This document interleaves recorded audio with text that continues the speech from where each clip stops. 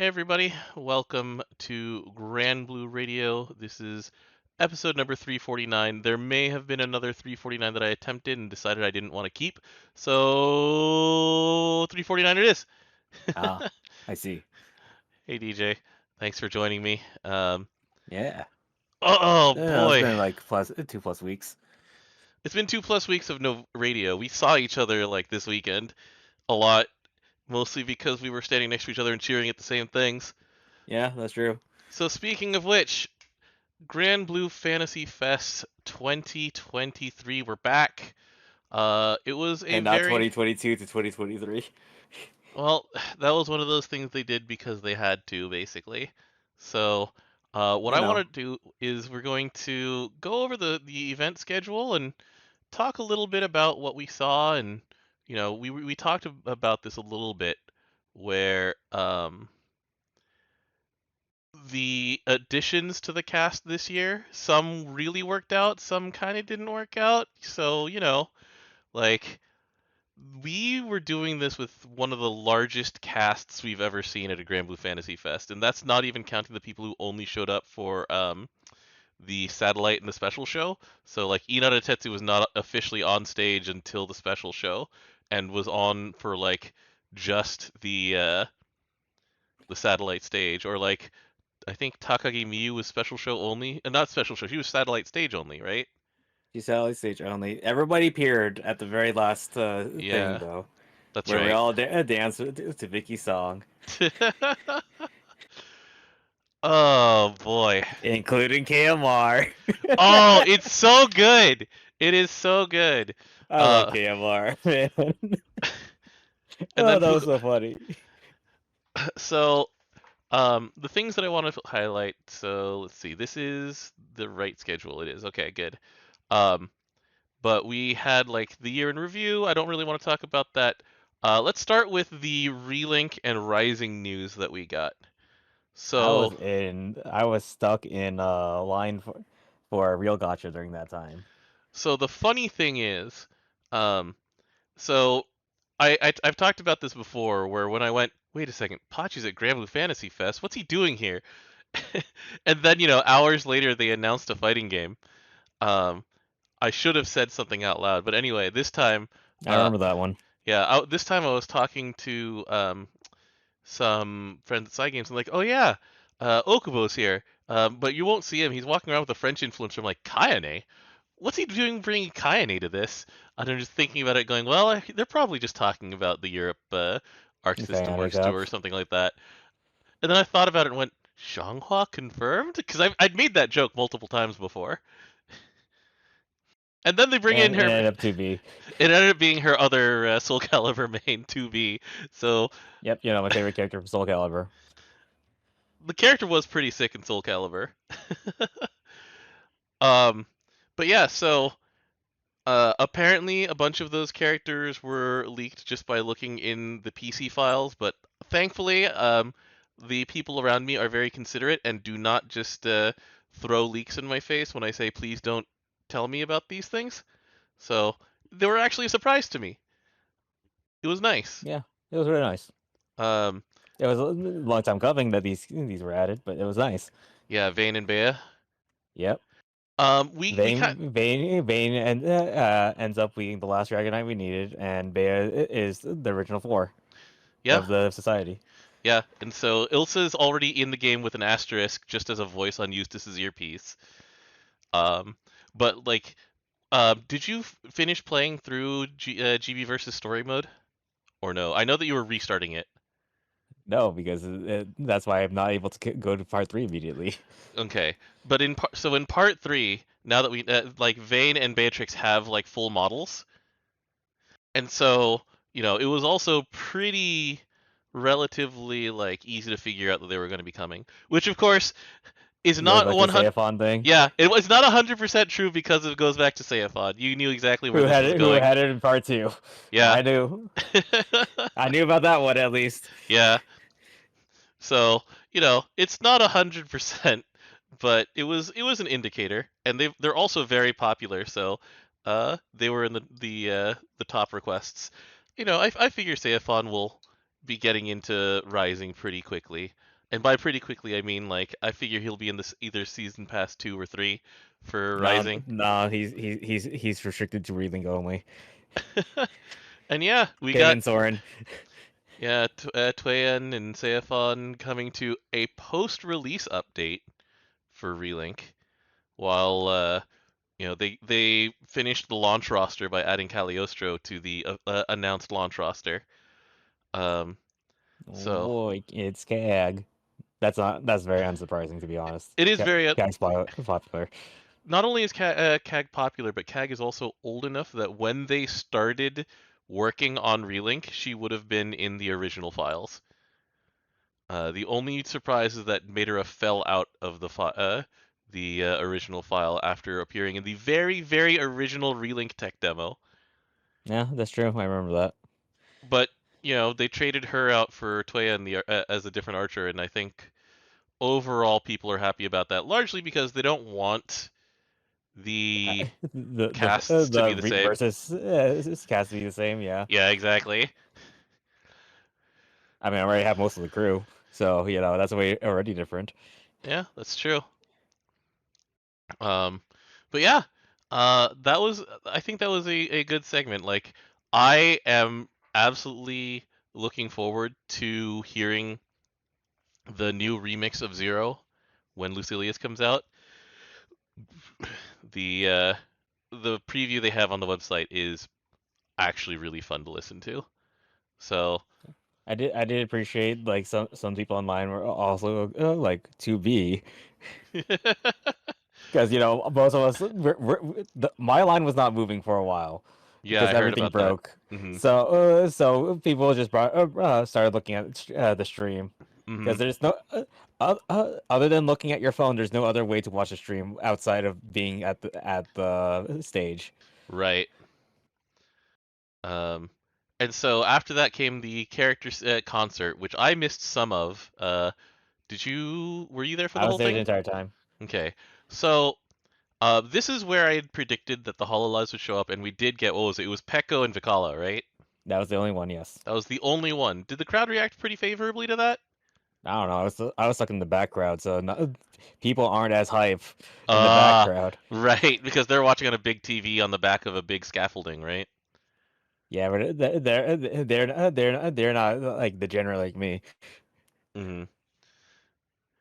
Were there people in the back like excited for any of them? Were like any of the big standards like Sandalphon coming out for the Ein Self R hug and I mean, I saw a couple of girls, but that's not a lot. mhm. Because of where I was standing at the time. I understand. But like the character concert is the the absolute balls and the gall of Cygames to do the first Aoidos at the end. That was funny. Getting ready to walk out, and I'm like, wait, what's the first step? Not first step. The first take happening. Yeah, And I'm like, oh, because the thing was that this is another thing where I need to actually like act on these sometimes, and if I'm wrong, I'm wrong. Where I was like, there's still 25 minutes to go in this schedule. What are they doing next? Because they're like, this is the last song. I was like, I don't believe that for a second. And I was expecting like just another song to come on, and not a freaking the first take parody. that was so funny. It was so good.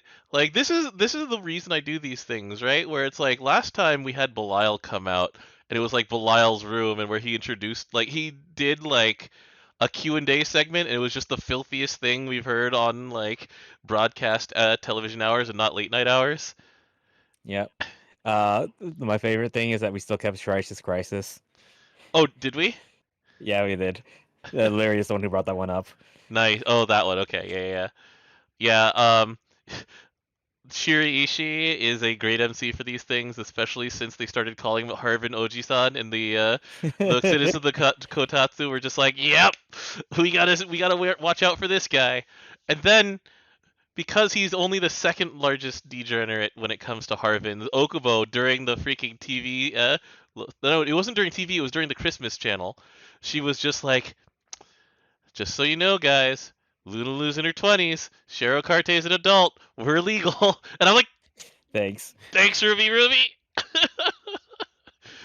we really didn't need that, but kind of needed that. I don't know, man. It's a KMM show. It's also like in her 20s. You gotta give that kayfabe, man. She's 18 question mark. Yeah, right.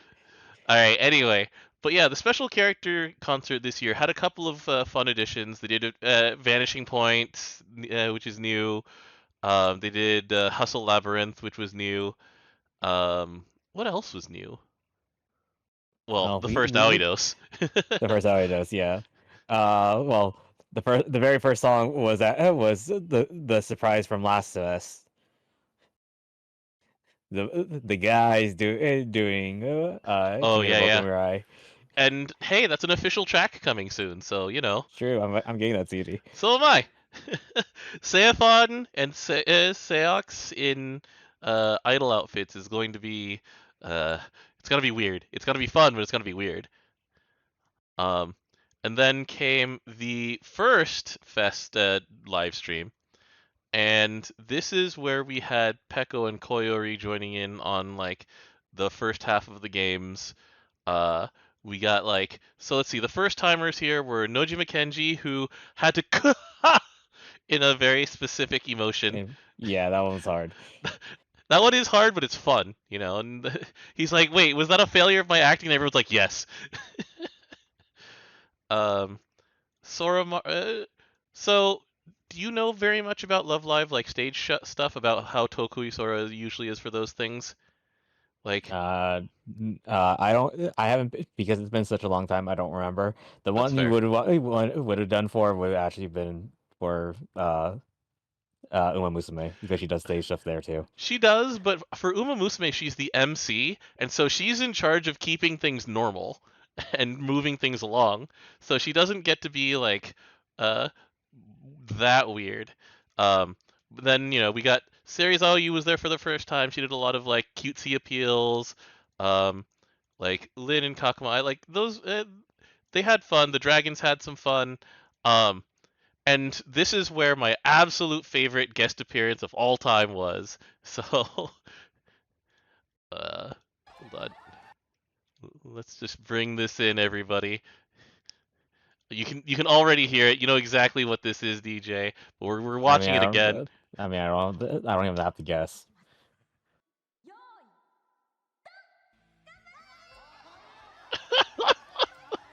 It's so good, DJ. Yeah, so one of the events that happened was a mascot event. So we brought in the Hello Kitty mascots. And they failed at the Tamaire because it's very hard to throw balls into a small target while you have mascot hands.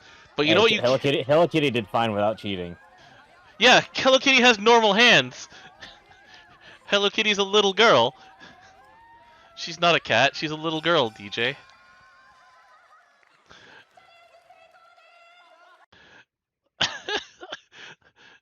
But the part that I want to go back to also is where is it?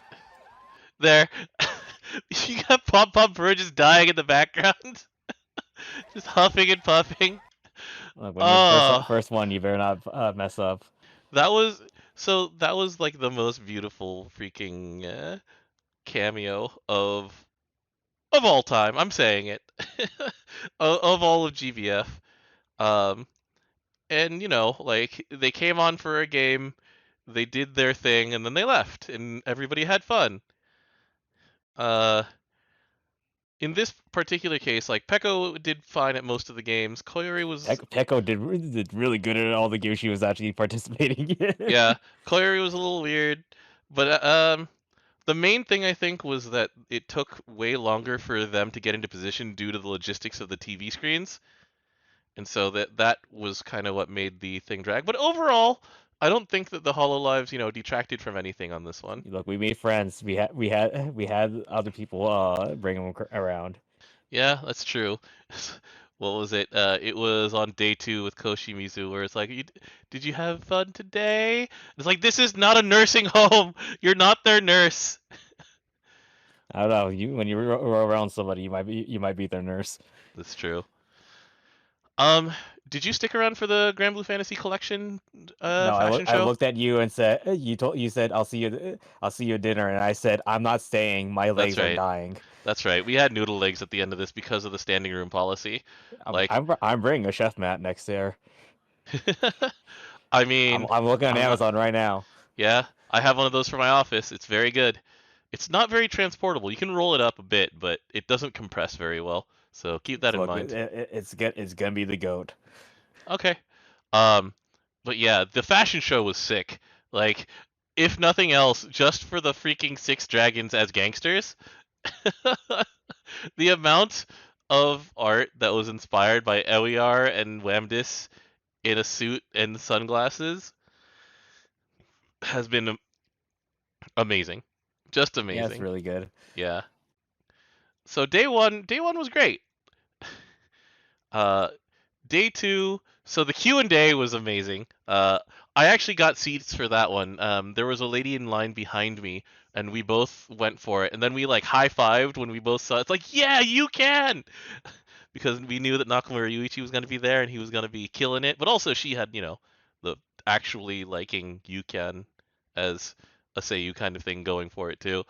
And um, so the thing about this one was that with both Nakamura and Ichiki there, but also like Nakamura was actually not that aggressive in his questioning lines. It was for some reason Onoyuki who was really aggressive with his questioning lines. Look, he really wants a Dark Lancelot. He wants Dark Lancelot. Like now that he finally got that live reading show that they got to do at the special show, he's like, all right, what about Gisla Transcend? And Nakamura over here was just like, "Hey, you're the one who's not giving us any question marks in your quote unquote questions." Like, fine, Dark Lancelot, when? Question mark. Um, the really interesting answers. So, Nalbo asked about VR and getting VR to more than just Fest, and so Pocky has actually worked in VR before with Oculus, and so he was talking about how it's actually quite difficult to convert what they have right now in with GBF VR over to like a standardized headset, Yeah, and it's because I mean have you done any of you've done Nights VR or have you not done it before? I've done none of them because I usually don't like VR. That's fine.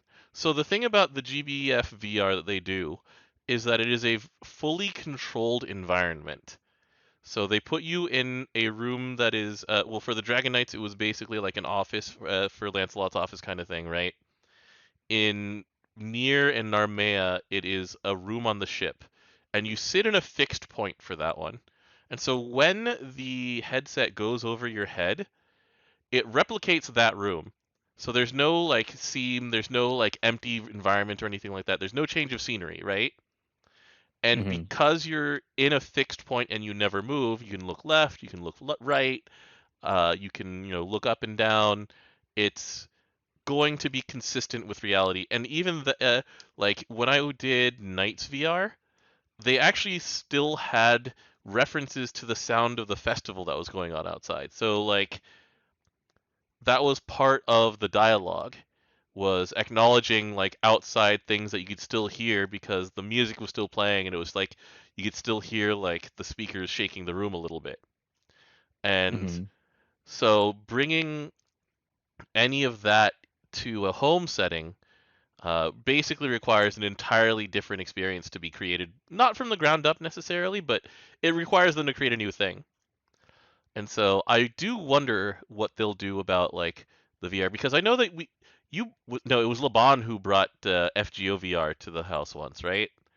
Yeah, that was Laban. Yeah. And it's just a very different experience doing that stuff compared to what the GBF one is, especially Look, since we the tried getting so far away from Mash, and then she jumped on us. I was like from all the way across the room. I was like, "What happened?" The other thing was that KMR said that so KMR promised that there would be more sand in the future, and that was true. And then he said there would not be any sudden influx of new sand usage, which is kind of technically business true. because Technically true. However, they immediately introduced something that's going to bring need more sand. yeah, If you don't have the sand, you're going to need more sand for what it is. yeah. And so it's one of those things where like maybe he should have hidden his hand a little bit more on that one instead of making what sounds like an immediately broken promise. Because it, you know, uh, the whole thing where it's like, hey, free sand, just hand it out. The get sand from like Rise of the Beasts, that kind of stuff. It's like, okay, they're adding more and more ways to get sand that are not drop related. They're just play. You just play, yeah. Uh, However, yeah, Yeah, there's still a deficit, and as of March, that deficit will grow, and so it'll grow faster than like a non-top end player's ability to keep up with it. And so I really yeah. want to One see of the what complaints I keeps actually going get on. about this game is that ca- catching up is just so hard. And um it's not a bad complaint. Like every anniversary they're just like they try and leapfrog us really hard where they're just like, all right, you know, way back in what makes the sky blue, it's like, here, have a completed Bahamut thing. Have a completed like set of the following things. Like here, with Seeds of Redemption, like just have an evoker, not evoker, an eternal. Eternal, yeah. Yeah.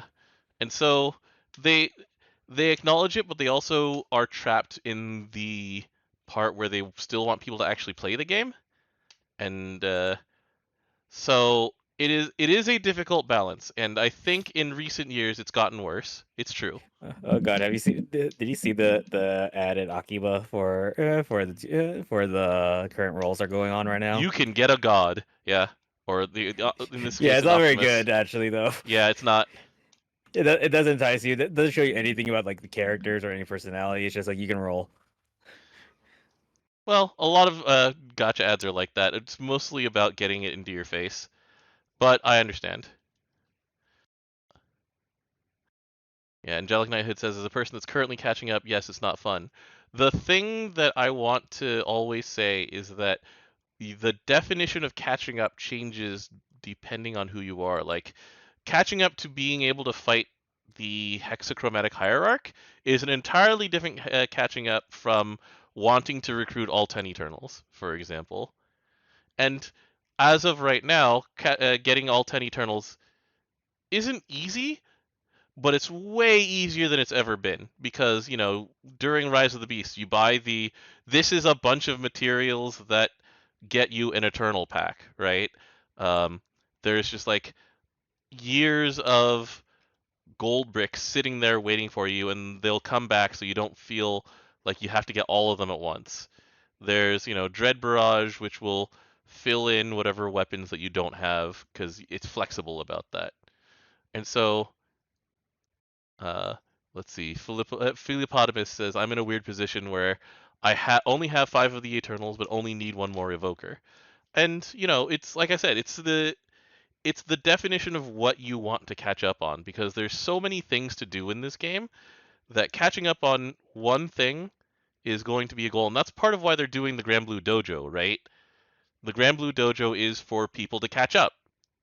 It's for people to um, get goals, reasonable goals set before them, and then when they make that amount of progress, they get an immediate thing that says, "Hey, congratulations! Have this thing which will also accelerate your progress toward catch up." Like, um, did you see what Princess Connect is doing with its catch up mechanic, DJ? I remember what Pocky told me, but I don't remember what it is 100%. So they said that they actually the system is so complex that it's actually difficult to explain. Like they said, there were a lot of confused questions they got in Princess Connect. So Princess Connect it's year 5 for Princess Connect, right? I think we're hitting 6 soon, Okay, so 5 to 6. So the thing about Princess Connect is that they've had a lot of character creep because they don't have any factionality. There's no like it was either you are magic or you are physical. And then either and you are multi-target or single target. Yeah, and then the only way your upgrades are just dependent on what weapon you hold. Right. And so the thing for that was that um, like there are only something like 20 to 25 characters who are relevant at any given time in a game with, 2 new characters that come out every month, 3 new characters or so. Um, and so what they're doing to fix that is that they're bringing back a lot of older characters into relevance by adding elements to everything. So there's going to be 5 elements. But the other part of that is that it is very difficult to catch up on gearing up all of those characters who have been left behind. And so what they're doing is that basically it's like the top 20 or so characters of an element determine your average gear, and basically everybody who's below that gets brought up to that level for free, essentially. Oh, okay. So we have a similar thing in Nikkei. A similar thing? Yeah, okay. So that you But don't have. Nikkei, it's your top 5 Hmm. overall because we don't have. Well, we do have elements, but we don't care. It's just that this is how we determine for leveling, Hmm. past the current cap of a minimum you can have. Yeah, and so this is one of those things, right, where it's like people were talking about how it's hard to get a tier 4 class back in the original days because you had to make a class weapon. And then, you have Home Sweet Moon, which just says, here, have Relic Buster. You now have tier 4, right? Like, take this, take your class champion weapon. Like, they know and they're trying to let people catch up. The question is, what this next anniversary event will do to also make catching up feel better, right? And um, yeah, the sand thing does not help them. I don't think. No, I really hate farming sand. Really. And they know that, and they're trying to, like I said, just reduce that a whole lot. Like, we'll see if that's enough. I uh, I don't know the answer to this. The Stella Magna concert happened, or actually, if you want to keep talking about this, we can, but we can I also. was laying in bed watching it on my TV. Oh, the concert was great. There's nothing My really to say about it other my than legs were dead until noon. it was weirdly um it was weirdly early, but it was good. I wish it was longer. There a lot of this is just me coming down to like this special show ended up being too long because the cast show was good. Like those were always an hour, and so we moved on from that. The Christmas stream, um, let's see here. The Christmas stream, it I was was good. dying. I was Yeah, dying though already. yeah. You were standing for a long time, right? It was 2.5 hours long. We did get some really fun stuff though. Like Okamoto was a great addition to the show. Um, like Shimono was a fun addition to the show, just to be I bullied. love we just keep perpetuating him being bullied. Yeah.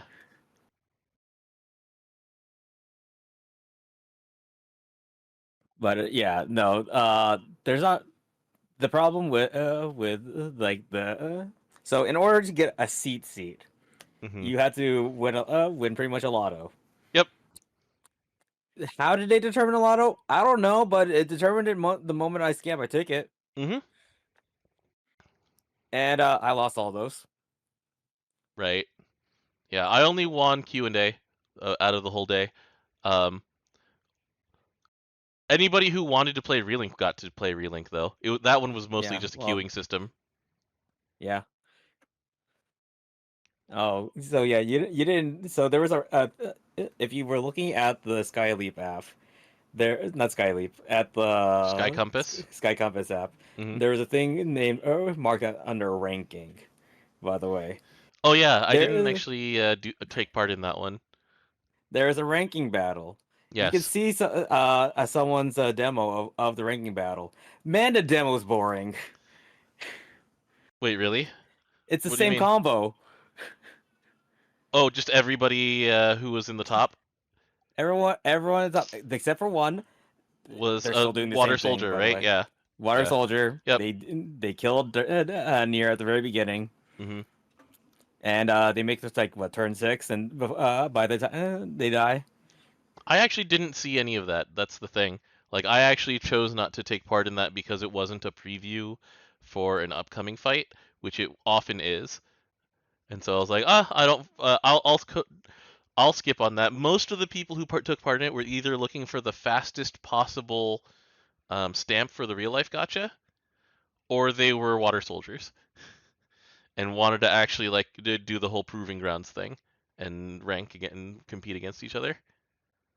Yeah, the problem was is that we got to the third time watching it, and I'm like, it's the same. Yeah, it is. I didn't realize that there was a demo of it of like you could that it recorded their actions. Yeah, recorded actions. Yeah. Because you could technically do a replay in this game by just by tracking what actions were taken when. Hmm.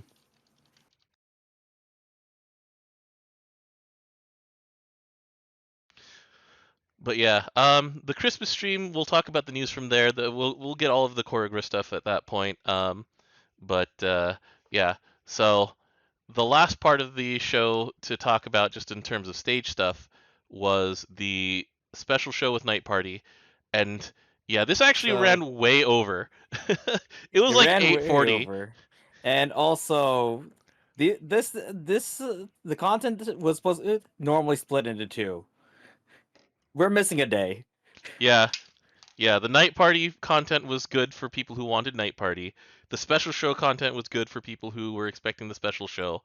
And then there was at the very end like a 2 to 3 song character concert, which people hadn't expected.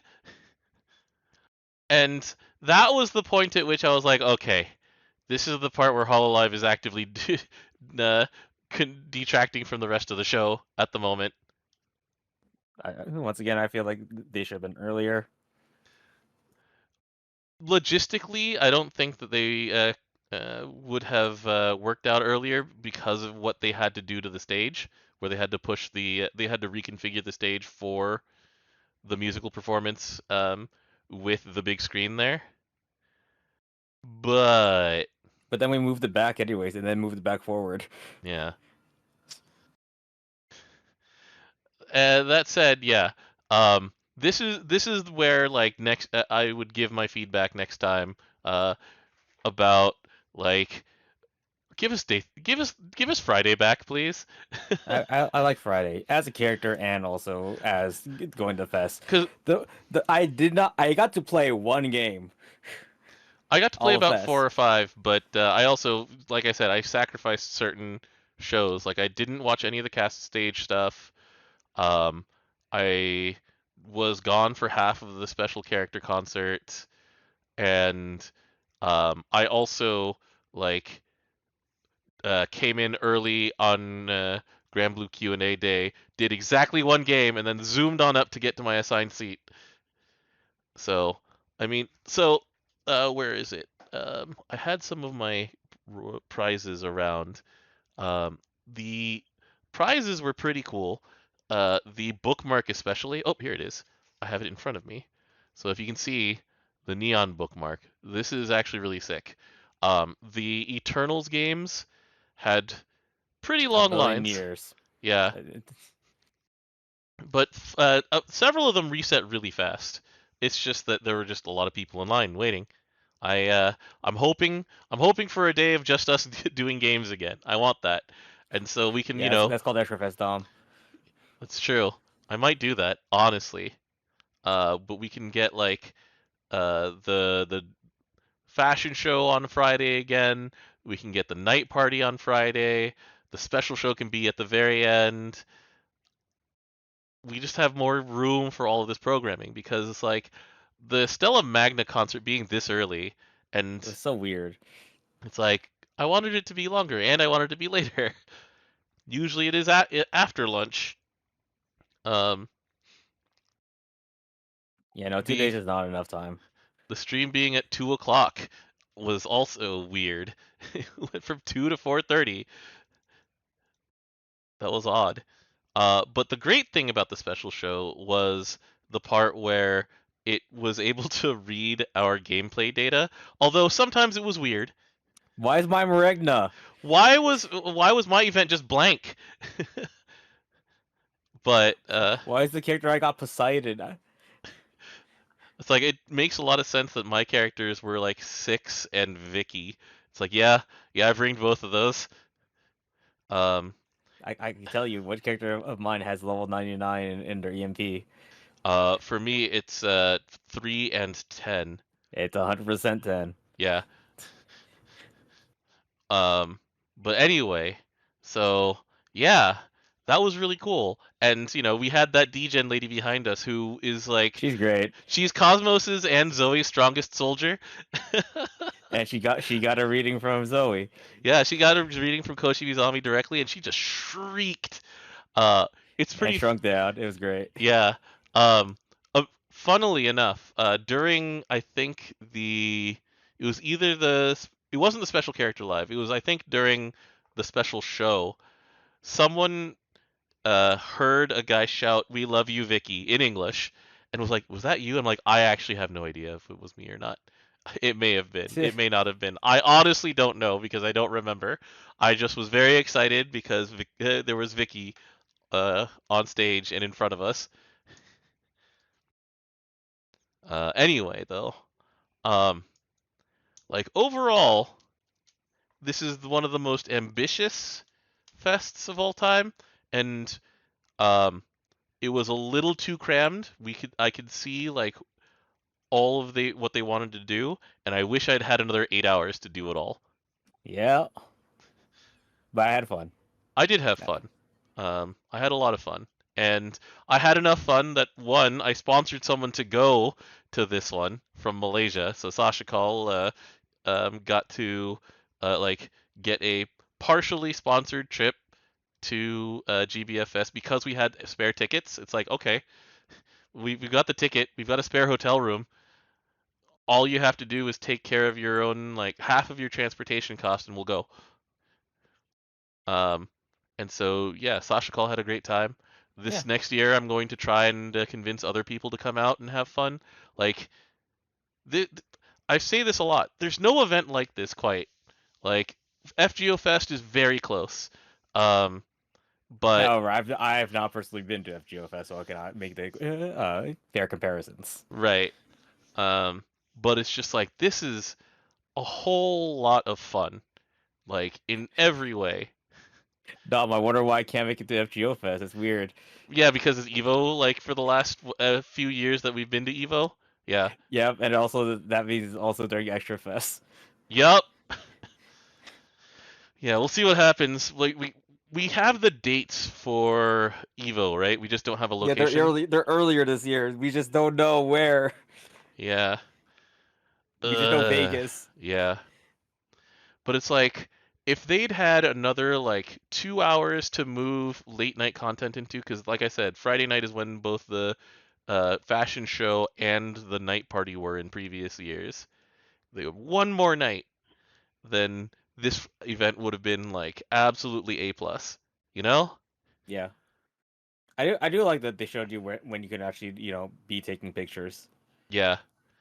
Um, I It's also very want, clear, even to someone who doesn't read Japanese. yeah, It's very clear right there. I also want to go back and just watch some of the satellite stage stuff because, like, the satellite stage stuff is usually fun and also just a lot less like rapid fire than the main Yeah, stage stuff is. remember it's comfy, right? It is comfy, except for Right. the part where they get really sweaty with the freaking quiz.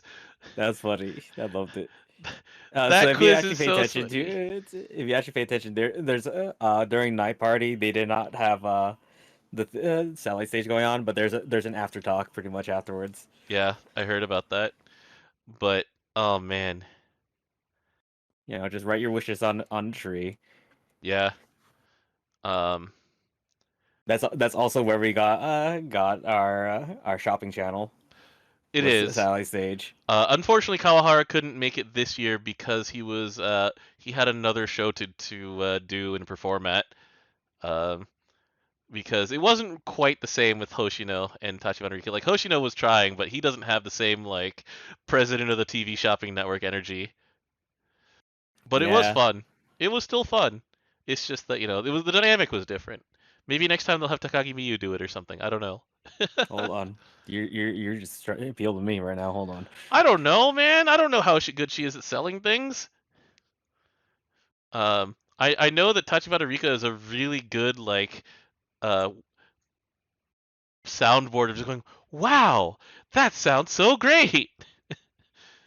And so it's up to whoever the pitch person is to just really like throw her those fastballs so she can knock them out of the park. Anyway, but also the satellite stage was also where I heard that the VTubers were perfectly fine there. Like Yeah. we were talking about this where it's like this is their natural element, just doing talk shows. Yeah. And They too. When I was watching it with Ryan, mhm. we were watching them do the demo of Relink and also play a bit of Versus. Yeah, and it's like that's literally their day job, is to entertain people while playing video games and commentating and or singing, I guess, is but depends on which one and which day it is, you know? Like Yeah. talk like that was where they shined the best. And so next year there's a lot of improvement to be made. And like well, I mean, I'll be there barring like I mean, I'll horrible be there health. too. Yeah. Unless I'm literally like I have like COVID-3. Yeah. Yeah. Oh boy, Granblue Fantasy Fest, man. Where else can you get Gachapin and Muku like wrestling, and then the day Hey, before you hey, have, hey, hey! We don't know what Like a Dragon 8 is. you're right. They could wrestle you in like a Dragon 8. You're right. You're right. Yeah. I've been just like sending videos to my friend who really loves Pom Pom Purin and Gachapin and Muku. I'm like, man, if only you were into Granblue, you could have been here. Yeah. Um, the GBF Fest stuff also, like people who are My Hero Academia fans were just like they're so used to other gotcha stuff, and they're just like, oh, how hard will I have to go in order to get enough rolls for Baka for Kachan and Deku? And it's The like answer is none. the answer is you just get them, and people are like, excuse me, Yeah, you just play the game and you do the story and you you get just get them. them, and people, Ye- it's like, oh, they're just not used to how ridiculously generous Granblue Fantasy is for certain things. All right. Anyway, so we segue from generosity into gachapin into the roulette into let's talk about Flash Gala a little bit because All we've got right, Flash. Yeah. we've got new characters. Do you want to talk about the grand or the not grand, the joke character? Let's talk about your namesake. Oh, the Dom Party on. Heck yeah. Turn any regular day into a special one with a bottle of this fine vintage. Enjoy its bubbly delights alone, or share the spoils with your friends. Alternatively, you can wield it as a weapon if you are so inclined. It's so good. The With weapon its itself's not even that bad either. its might and progression, yeah. I mean, Yeah, that's pretty solid. yeah. With this, I'm still like staring at it and going, "This is melee, huh?" Because it's an unopened bottle, and the last time we had an unopened bottle, it was Lamretta, and it's a sword. Oh yeah, Because the rose. yeah, the opened bottle with a wine glass is melee, and that's Aglavale. Correct. Anyway, that this all goes into the quiz. Like when you Just have the freaking add more Dom, to this stupid when you quiz. when you go to the Dom party on, you have to compare it to the Lamretta bottle. It's like which of these is a melee weapon? You're just staring at it, going, "What? I hate, I hate I this. hate you. I hate this, and I hate you." Um, what was it in the Darn you, quiz again? KMR. What was the quiz that we just stared at and just like cursed them? It was we knew the one for which of these characters is actually dark. Yes. Oh, it was wasn't there a weapon type one in there? I forget now. There was not a weapon type one. Okay. There is the whose skin is this? Yeah, okay. That one was rough because there's close to Not rough for identical. me. Anyway, so let's go to the characters. Lowain has finally graduated. He is out of SR hell, and he will probably continue to keep winning the R rankings just because there's so few characters left in that. But congratulations, bros. What, you don't like, what was his name, Bakura? The guy with the straw hat on his straw thing on his head. I see those in Ueno all the time. He's just a monk, Komuso. Anyway, so we're gonna go straight to the core loop of Lowain. So here's Let the Macho Flow, where You gotta riz him up. you gotta riz him up. And notably, this is the first like target a character thing that works in full auto because it targets a random one. So on full auto, he will they not because they're non-binary, because literally there's three of them. There's three of them. They will pick a random ally and give them a set of 3 to 4 buffs. One of them is always uplift. Uplift is always there. It's a 10% uplift. Yes, and then from there. Oh, did you know it actually heals them first and then reses them? Oh, does it heal them too? Yeah, it heals them for 1500. Nice. All right, so we got. If you are, this is balanced. You get attack and defense. It's on normal modifiers for the attack, by the way. Okay, so it's not a very like impressive buff there. It's mostly there for the other effects. If you attack, you get chaser. It's a 30% chaser. Oh yeah, balances 50% defense. 50% defense is sort of the nice part here. If you're defense, you get defense and armored. You get 50% defense and 30% damage reduction for the armored, which is pretty nice. If you are heal, you get heal cap and defense. It's 50% heal specs. Yeah, that's really good if you have big heals. Wait, can he do that? Can he riz up himself? No, it says other. Okay, other, yeah. And I'm guessing it can't be copied because it gives a unique stack of a buff. The current testing is unknown. Probably answer is no. It probably can't be copied. So he will never receive his own special spec, which he can't res himself. He can only res others. Which is supplemental damage dealt.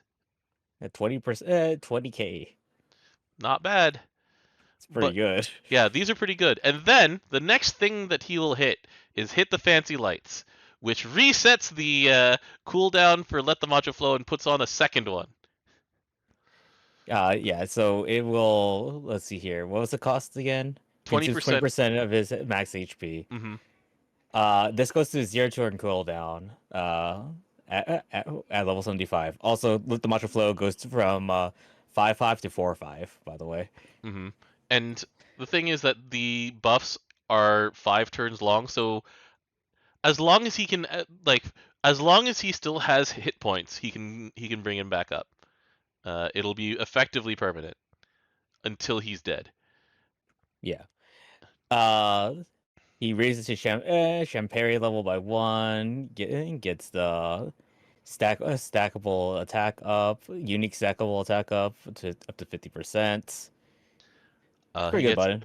Yeah. Also, don't forget, because of full auto changes, if you don't remember to turn this off in full auto, he will hit this every turn. Once a turn. Yep.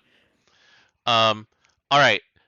And then bring on the drinks. We'll get to later because this is the whole like get yourself to 10. It's his uni ultimate, right? And so let's talk about the other things that are gonna happen first. Are you gonna let him cook? So Let Him Cook is one of my favorite passive names in the game. And when anybody who's been rizzed up by Let the Macho Flow uses a CA, which is going to be easier because they're uplifted, then Lowain adds extra dark damage and gets another Champeri level. Okay, so the nuke is around 635k, which is pretty solid. Mm-hmm. He gets a Champeri level. So the way Champeri level works is that it increases your heal spec, your multi-attack, and your charge bar gain. Mm-hmm. We're just going to ignore multi-attack because numbers are always hard to test with that. Yep. So it goes up to 10. You get a maximum 10% healing spec. So that, matters for skill 1 for raising someone up. Hmm. But the charge bar gain, he goes to 20%. And so here's another thing. Here's top of the tosh. As long as you have any Champeri Tower, any of them, then he gets a boost to all Dark Allies CA specs and gets supplemental CA damage. Well, Champeri and Champeri Tower are two different things. Oh, right. Champeri Champeri Tower is Tower the is from skill skill 10. 3. This is the 10. Sorry, my bad. Champeri level. So we'll get to top of the tosh later then. Sorry. The CA itself is dark damage, a shield to Lowain, and jammed. It's a 5k shield that lasts for 2 turns after the fact. Mm-hmm. Which And then he'll probably need because he has lost a lot of health. yeah, and then while that ultimate skill is active, then he also brings the hype. So here's your goal. Here's what happens when not only you've hit some number of times that you've hit the fancy lights, plus the number of times that a rizzed up ally has CA'd, which is probably going to be a lot because there's a lot of double CAing going on in this element between like Nier and like Fediel and Halmal and Cendrillon does it, you know. Um, so anyway, once you've gotten to 10, then you get to do the Champeri Tower, and everybody gets CA specs up.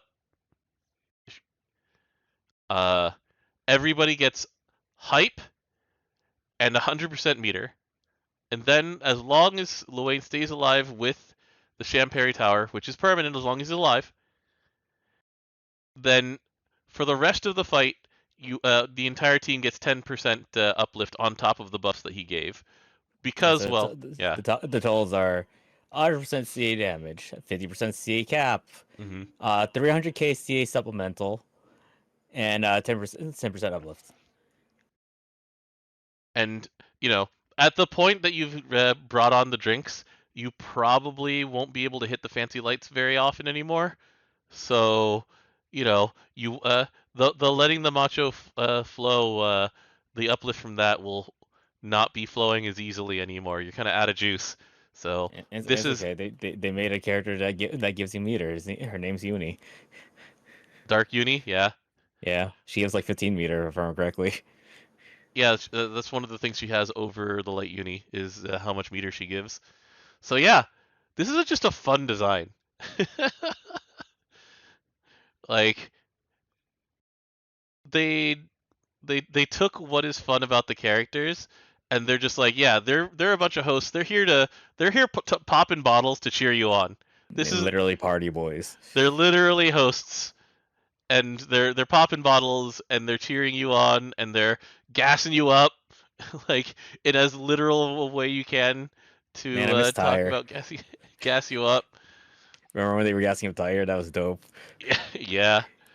This I need them to make another Lowain event so they make Tyre SSR. Oh man, I would love Tire SSR. Yeah, instead Gas we got this boy Nectar. up. Yeah. Let's gas this boy up.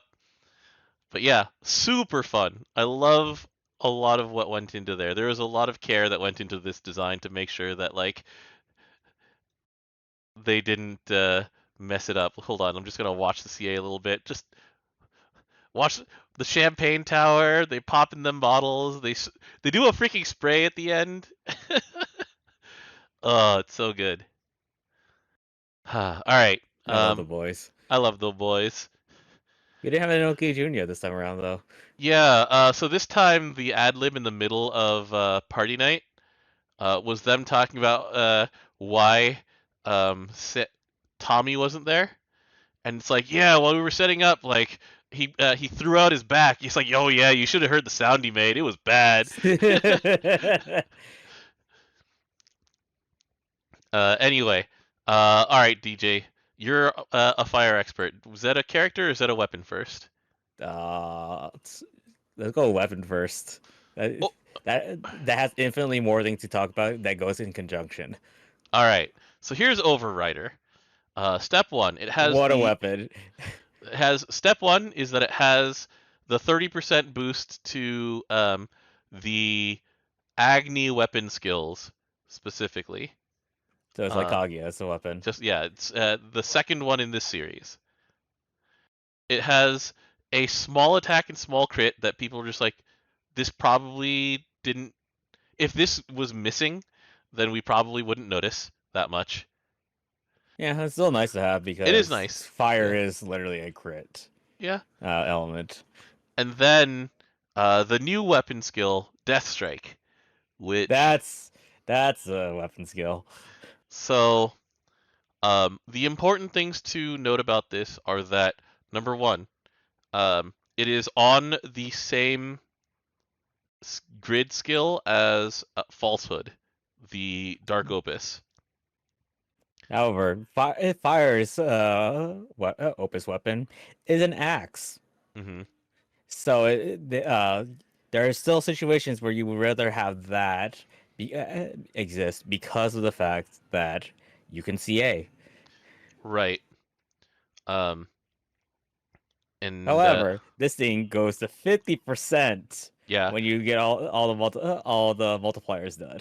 yeah. So the numbers that I saw are assuming that you, since you count the Optimus part, with with one Agni, then you do this with three um, of these weapons. You get to the 50%. Correct. With two Agnis, you do it with two of them. And you get around to like 48%, which is good enough. Right. Especially since we have Transcendence for Agni coming in 3 months or so. Yeah. So, So that'll probably bring that definitely up to 50%. but yeah, a lot of the fire players are like, rest well, Soul Remnant. You served well because now I this is. I I, I threw away Soul Remnant a billion years ago. I still used it, but anyway, yeah, I understand. Um, So I've seen the very like Kaguya dagger inspired grids where it's like two Crimson Spears, um, three of this spear. Wait, it's not Crimson Spear, is it? It's Crimson Scale, and it's an axe, isn't it? Yeah. Yes. Sorry, it's two Crimson Scales, three of this spear if you can get it. Some people are trying with two. Some people are just like something you can also just stick in as a bonus too, as a one It's of. just a it's just a free chaser. Yeah.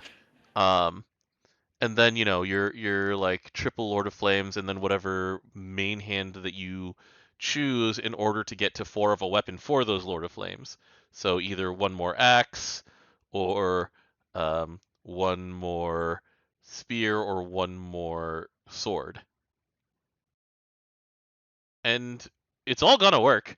Like as long as you're not CA looping, or as long as you're not like doing almost exclusively skill damage, I mean, this thing's gonna be nuts, right?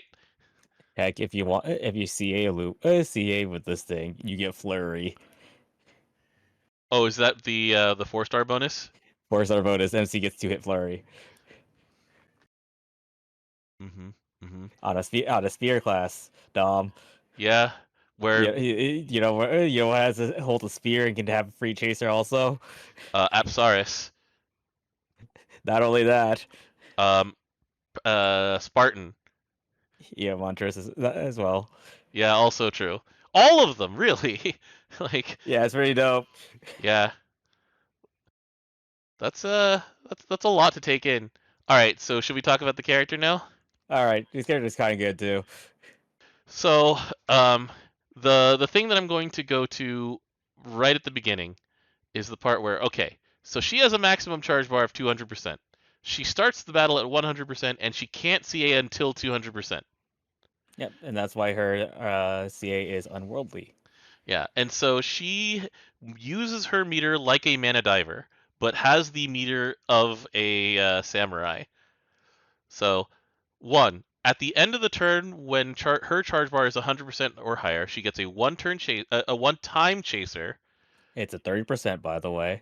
and a cut to her skill cooldowns, which matters a lot for Furious Resonance up here.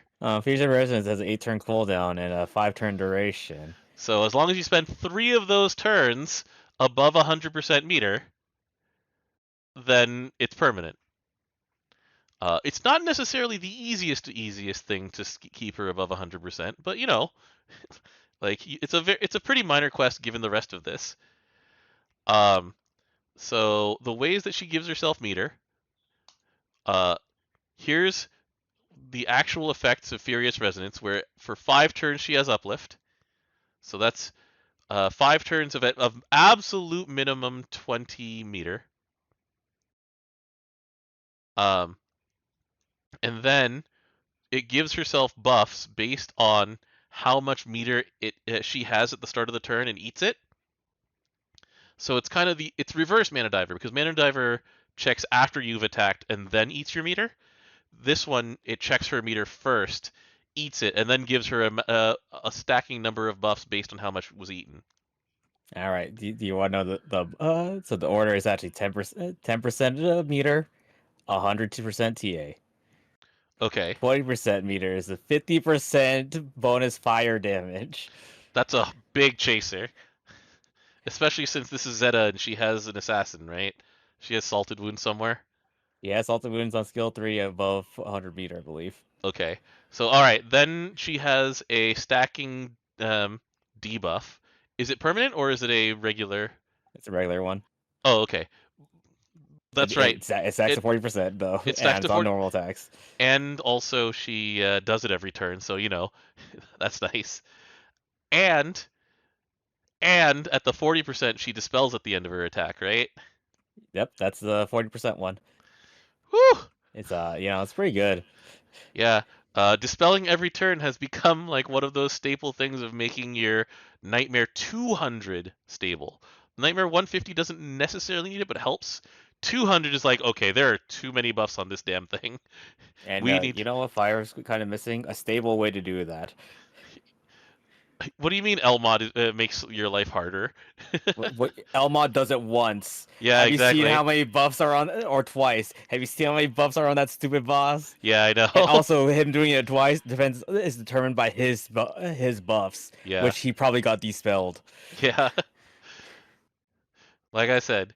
All right. So yeah, this is her centerpiece. Like this is her core loop, right? You want to keep her between 100 and 200 meters so that she eats 40 of it. The guaranteed triple attack means that she's gaining 37 plus that 10 before any other meter effects. Does she have? She has that one charge speed. She has a charge up node. Yeah. Okay. Yeah. So it's gonna be like 50-ish probably meter that she gets. A little over that, Well, there's other ways she gets meter. So right? All right. So here's Roar of a Thousand Flames. It's her nuke. It gives her attack and defense permanent stackable. So how does that? How long does that go on? Like how does it? How much does it go up to?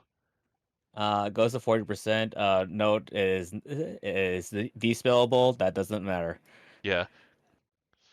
because based on your flame tip level, you Hmm. get certain abilities when you use the nuke. What are they? All right. First one, you clear a debuff. Hmm. Second one, mirror image. Third, 3000 shield. 4, despell cancel. One time, and then 5, double strike.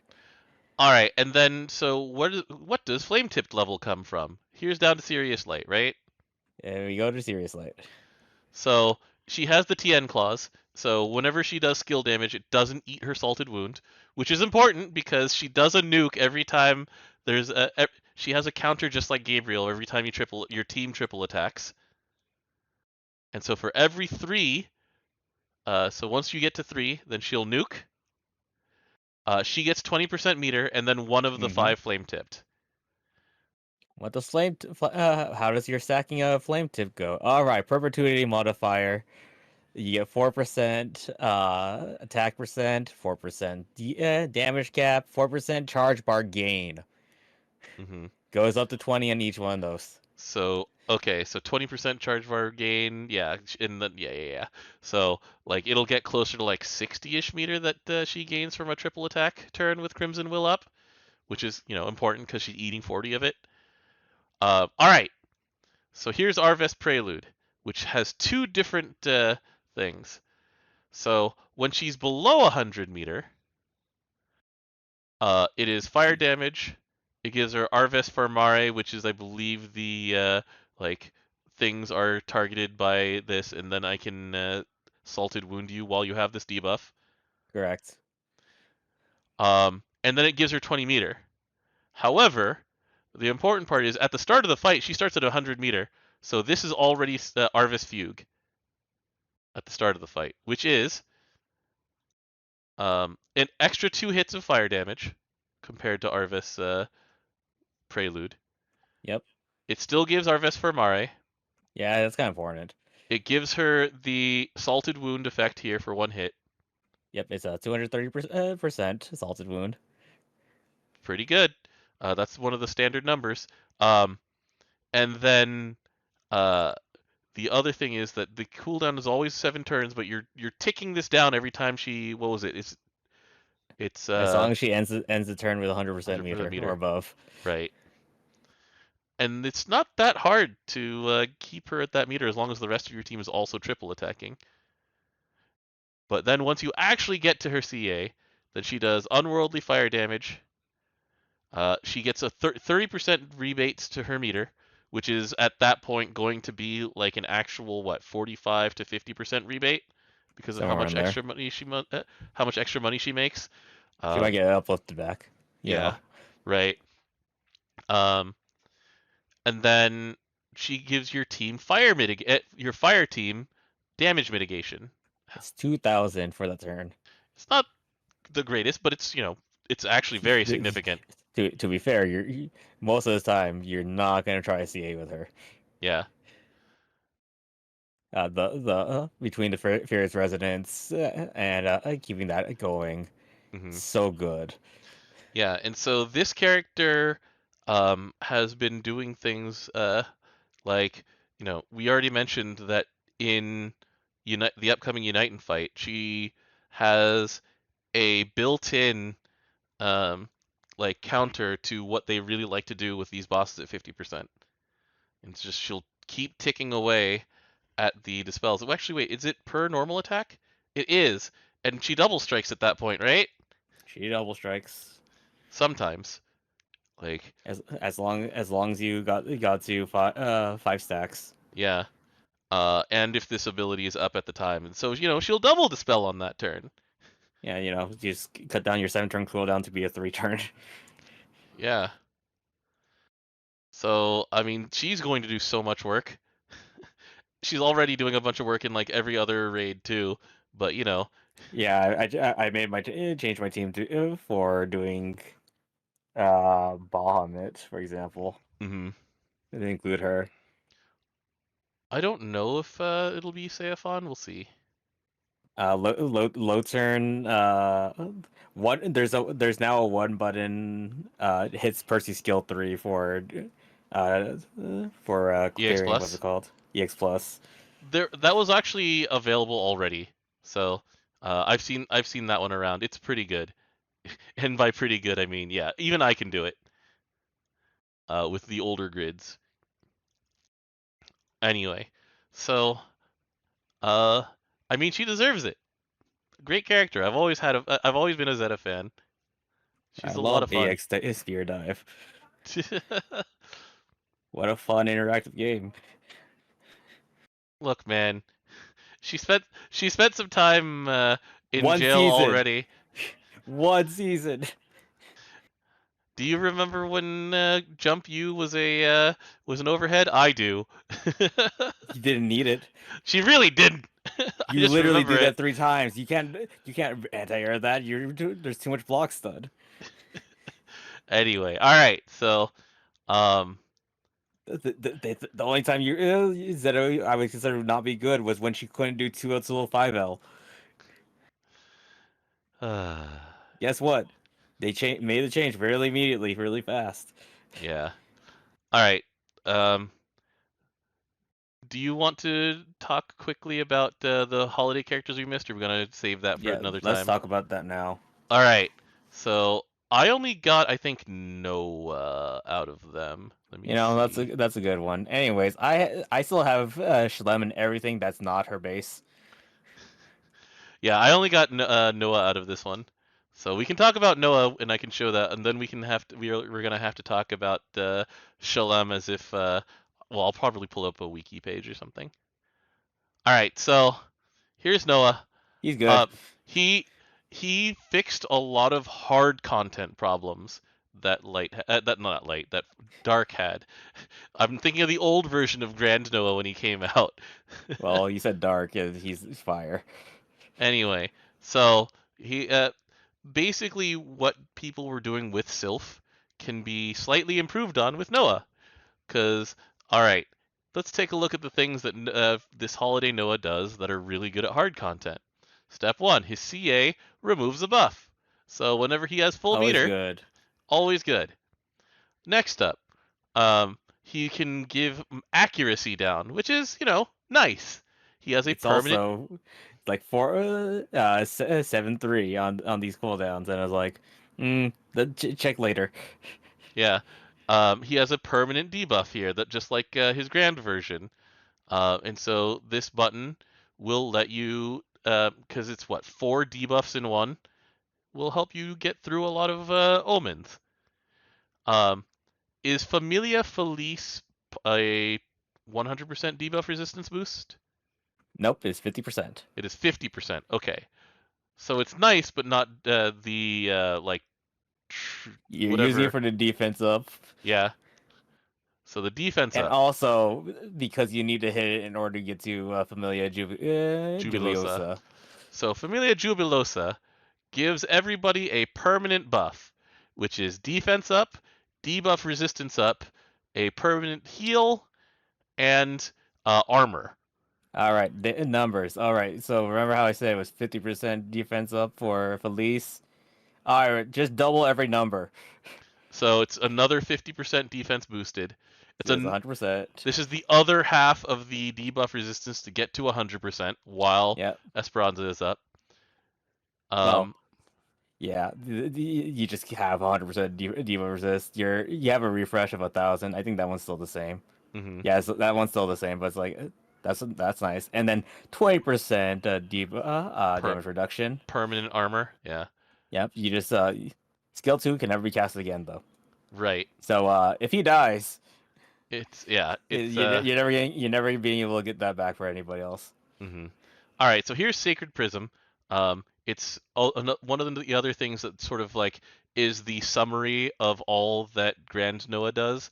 So it gives unchallenged to just himself with an asterisk. It gives himself 100% meter and a little boost to CA specs. But once he's 50%, 10%. once he has cast Familia Jubilosa over here, then it gives everybody these things. So he gets Team Unchallenged, Team Ignition, and And sometimes those. better than Ignition. Yeah, Sometimes worse than Ignition. right. And then while he has that Winter's North Star, he also double CAs, which means that he removes 2 buffs when he CAs. And reduces his cooldowns on skill 1 and 3 by 2. Mm-hmm.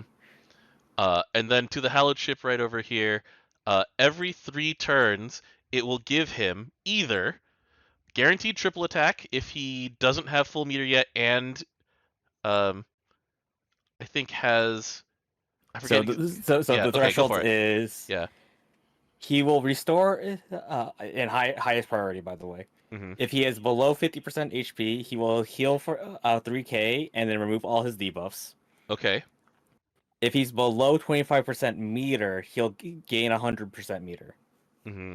So if neither of these conditions are met, so if he's above HP and he has enough meter, he now has guaranteed triple attack and a double strike.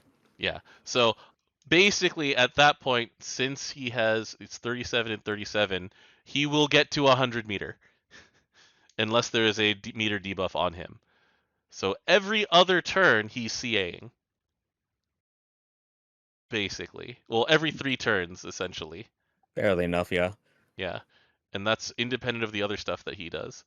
And so, um, people took him immediately into the hexachromatic hierarch.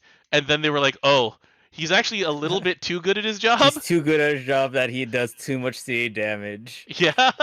And now we have to deal with the skill omen. Yeah. It's, they're like, but, he's he's one of the like, every single thing that we've named off here is really good at hard content. Every single thing on this list. He builds your FC meter. He keeps you alive. He has debuffs to break omens. You can manipulate him to do hit count if you want because he can triple attack. Um, he does Heck, two CAs. even if he's dead, he already gave the buff to everybody else. It's not like Uni where Uni has to stay alive the entire time, Mm-hmm. or Yeah, Fediel has to stay alive the entire time, for example. yeah. It's just a buff. This stuff is all very good. Like, good job, Noah. All right, so I'm gonna bring up the new Shalem because I um, didn't get her, and then kind of forgot everything other than the art about her. So let me All pull right, this up real so quick. how much do you remember of the other Shalems? A lot All because I right, play both of you'll them. you'll see a lot in this. All right. So where do I go first? Uh, I don't know, Langland? Legoland Field. Yeah. All right. So here's Langland, which is not actually from the other Shalems. It's from Beelzebub. So Why is that? Anyways, keep going. weird. All right. So while it's active for 2 turns, she stops attacking. She reflects 90%, 99% of the damage that she takes. Well, she stops normal attacking. That's a specific Right. difference. You're right. Uh, she gets a sharp boost to hostility. How much is It's sharp full boost? hostility. Okay. And then when she charge attacks, she activates her skill 2. What does skill 2 do?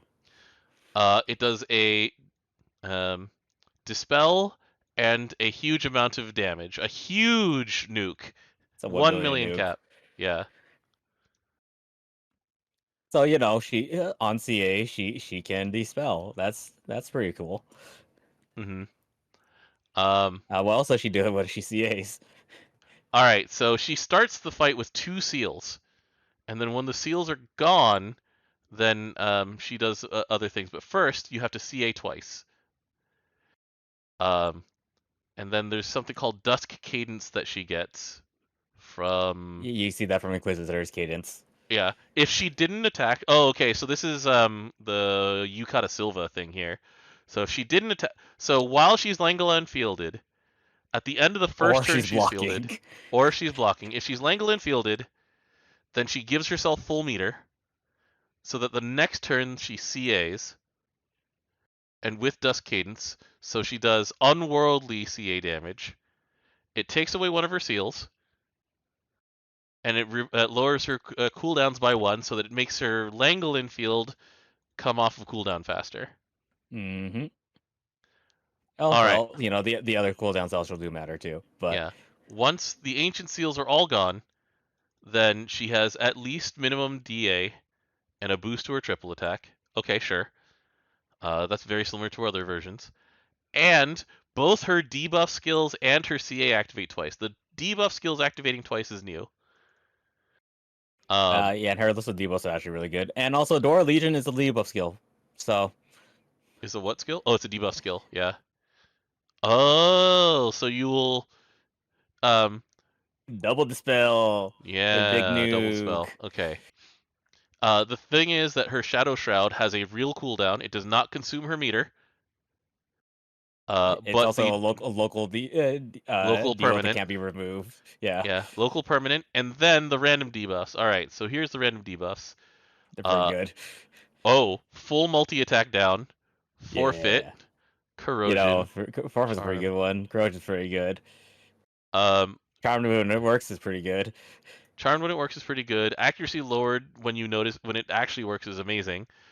Special attack damage lowered is less impressive but still very good. And then 30k supplemental for the next 4 hits. I take it, or is it just for 4 turns. 4 turns? Oh right, because it's supplemented, not amplified. Yep. Uh, that's You know, a you roll 2 of these every time you hit skill 1. that's a that's a good list. All right, that's a good list. I have nothing else to say. This is a very good character. Yeah. Yeah, she's Cool. pretty good. That's Good pretty old cool. Babu. Yeah. Very cool. Oh, thank you for hanging out with me for the last 80 minutes, DJ. Yeah. We didn't even talk. We didn't even talk about the MP skills. We really didn't. Uh, we'll punt those. All right, see a you guys lot of next those week don't. on that one. A lot of them don't matter. A lot of the time, we just look at them and go, "Oh, a 10% chance on normal attacks to reduce your cooldowns by 1." Shrug. You won't consider this to ever happen. You will pretend that this doesn't exist, and when it does exist, you'll go, "Oh, nice." And it will not change the way that you play that character. Yeah, a lot of these ends up being the okay, Yeah. I guess, and then Some of them, some of them are like, wait, hold on. well, Fediel with 20% meter gain. Yeah, that was the one. The hey, hold on. It's like, that is unsubtly very good. It is not subtle at all how good that one is. It's just right there. I do like wildnesses of 5% meter gain on countering. I'm like, yeah, that's pretty cool. Is it meter gain on counter? I thought it was amp on counter for his counters. Hold on. His EMP skills, he gains 5% meter. Boost to charge bar on countering. I thought it was boost to damage on countering. Whoops. That is my memory being faulty. Yeah, So, he can hey, get faster to CAing. yeah, he wants that. It's true. Cool. Anyway, we'll talk about that next week. We'll also talk about things that were announced on the first day of Fest for like things that are immediately about to happen. So until then, have a happy new year, everybody. See you in 2024. That's weird. I'm gonna have to date my things again. Yeah, I know. It's gonna be weird. All right, later, folks. All right, later, folks.